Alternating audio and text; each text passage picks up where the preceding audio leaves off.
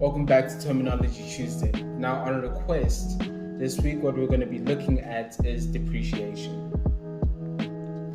Now, depreciation is a term that means a reduction in the value of an asset over time due in particular to wear and tear. Now, let's look at depreciation and its different characteristics. In my opinion, the best way to look at depreciation is to see where we find the value in different assets, and in particular in a property. Now, these characteristics that we will normally find value within a property can be things such as the location of the property, structural elements of the property, the condition, age, square meterage, number of rooms, architectural style, recent renovations, garage space, the municipality, earnings of the people who live there, safety and proximity of amenities. These aspects greatly affect the appreciation or the depreciation of the value of the property in that area. Now, I believe the best way in which we can see what depreciation really does or how you get depreciation is a case study. And the place I'd want to use for this case study is South Beach at the beachfront in Durban. Now, you guys are young. I'm sure you don't know too much or too far back about the beachfront or South Beach. So what you could do is ask your parents, be like, hey, I heard about the wheel, I heard about that. What happened in South Beach? Now, South Beach used to be a very entertaining and vibrant area where people will feel safe, they'd go out for movies and have delicious types of food. Now, not so much, but let's look at why. Okay, number one, the earnings of the people that live in the area.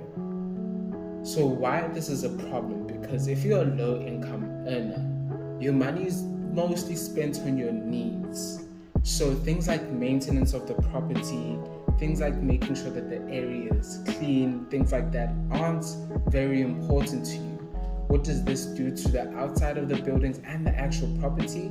It means there's no maintenance, which means structurally they become very dirty, they're not maintained, they're not looked after, which can greatly affect the value of a property. Now, this leads on to my next point, which is associated with low-income earners, and that's safety.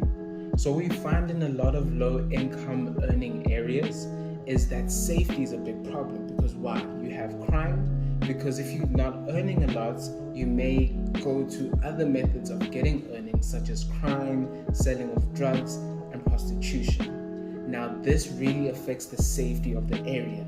And we all know if you don't feel safe somewhere, you're not going to invest and put money there. This greatly affects the value and the appreciation or depreciation of an area.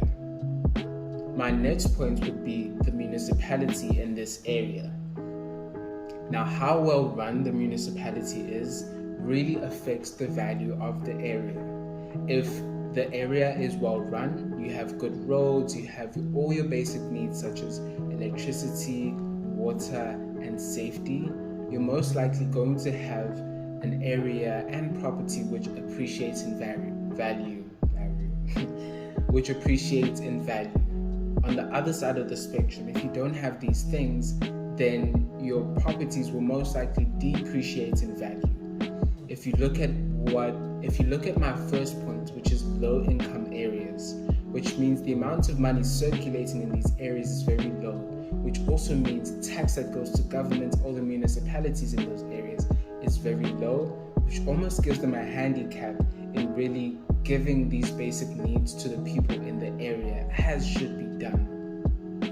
So the elements that we looked at, such as the income of the people who live in the area, the safety of the area, and the municipality of the area are some things that can really cause depreciation if not looked after in that certain area. And it's exactly what we can see in South Beach. So for example, the safety of being in South Beach is very low. You could get robbed, you can't walk out at night anymore, there's crime in the area, drugs and prostitution are done in the area. The income level we can see in the prices of the property in the area.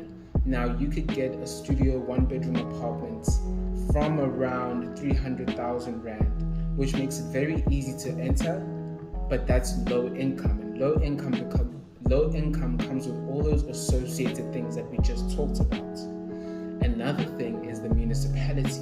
Now, how the municipality is run and where the funds go to really does affect how the area does.